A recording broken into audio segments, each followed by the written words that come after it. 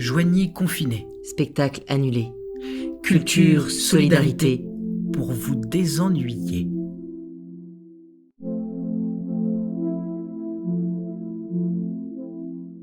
Maintenir l'art vivant au cœur de la cité. Faire un art de relation, Continuer le partage, l'échange, la circulation des pensées, des esthétiques. malgré cette fermeture généralisée. Voilà ce que les artistes du collectif font depuis le début du confinement. Le collectif Pandar, c'est aussi l'expression d'une utopie, de camaraderie, Bref, confinés aux quatre coins de la France, chacun dans des situations particulières, voici l'expression de la générosité des artistes qui nous offrent de nouveaux textes, de nouvelles voix. Elliot Génico, grand acteur au look de rocker et d'éternel adolescent. expansionnaires à la Comédie Française. Humoriste corporel de talent, un artiste multiple pour une carrière polymorphe. Originaire de Belgique, comme l'auteur qu'il a choisi, Elliot avait joué dans la prestigieuse maison de Molière un spectacle dont il nous livre un court extrait. Il assoit un instant sa grande silhouette formidablement élastique. Et nous fait l'amitié de nous offrir sa voix sur Les fous ne sont plus ce qu'ils étaient, Raymond DeVos. Les fous ne sont plus ce qu'ils étaient. Quand on a connu, comme moi, les grands fous, les fous d'envergure, et qu'on voit les petits fous d'aujourd'hui, on devient dingue. Nous étions d'authentiques fous, naturellement fous, notablement fous. Dès l'âge de raison, on commençait à délirer en connaissance de cause, et l'on mourrait fou en pleine possession de nos moyens, j'allais dire en toute lucidité. Des fous à part entière, des fous disponibles. On ne regardait pas la pendule, on était des fous à plein temps. On ne réclamait pas les 35 heures. Jadis, les fous se transmettaient le flambeau, la marotte. Que fera plus tard votre fils ?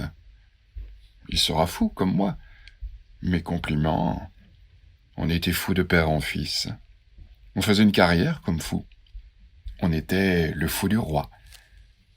Encore que souvent, le fou du roi ne l'était pas. C'était le roi qui était fou. Être le fou d'un roi, c'était le couronnement d'une carrière. Ce n'est pas qu'il n'y ait plus de fous, mais les fous d'aujourd'hui, ils font les fous. Ils ne le sont pas sérieusement. Ah, ils font les fous devant vous, pour donner le change. Mais dès que vous avez le dos tourné, ils redeviennent sages comme des images, sérieux comme des papes.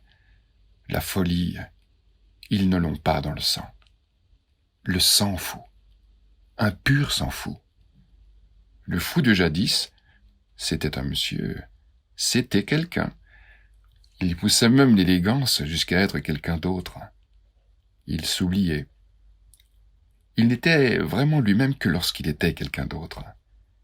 Lorsqu'un fou d'aujourd'hui nous dit « Je suis César » et que vous lui dites « Vous êtes fou », il vous répond « Ce n'est pas lui, c'est moi ». Il prend à son compte. Dites à un Premier ministre « Vous êtes le fou du président ». Il vous répond en bon français « Lui c'est lui, moi c'est moi ». Il n'est pas fou, lui. Il se dissocie. Moi, je connaissais un fou qui avait perdu l'esprit.